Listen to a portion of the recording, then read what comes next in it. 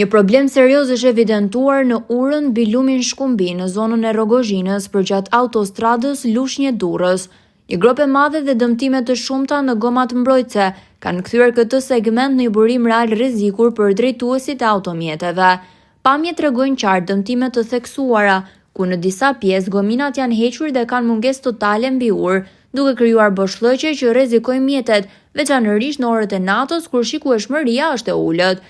Drejtuesit e makinave raportojnë për incidente të shumta dhe përplasje të shmangura për pak. Me gjithë denoncimet e bëra, situata nuk ka marrë zgjidhje, duke agravuar më tej rrezikun për jetën dhe sigurinë rrugore. ARSH apo firma kontraktore që mban segmentin rrugor ka vendosur sinjalistikën për drejtuesit e mjeteve që mbi urë është një pikë rreziku dhe pritet ndërhyrja për riparimin e gominave në urë. Kjo gjendje nuk pret kohë, por kërkon ndërhyrje të menjëhershme nga autoritetet përkatëse për të riparuar dëmet dhe për të siguruar një lëvizje të sigurt në një nga akset më të rëndësishme kombëtare.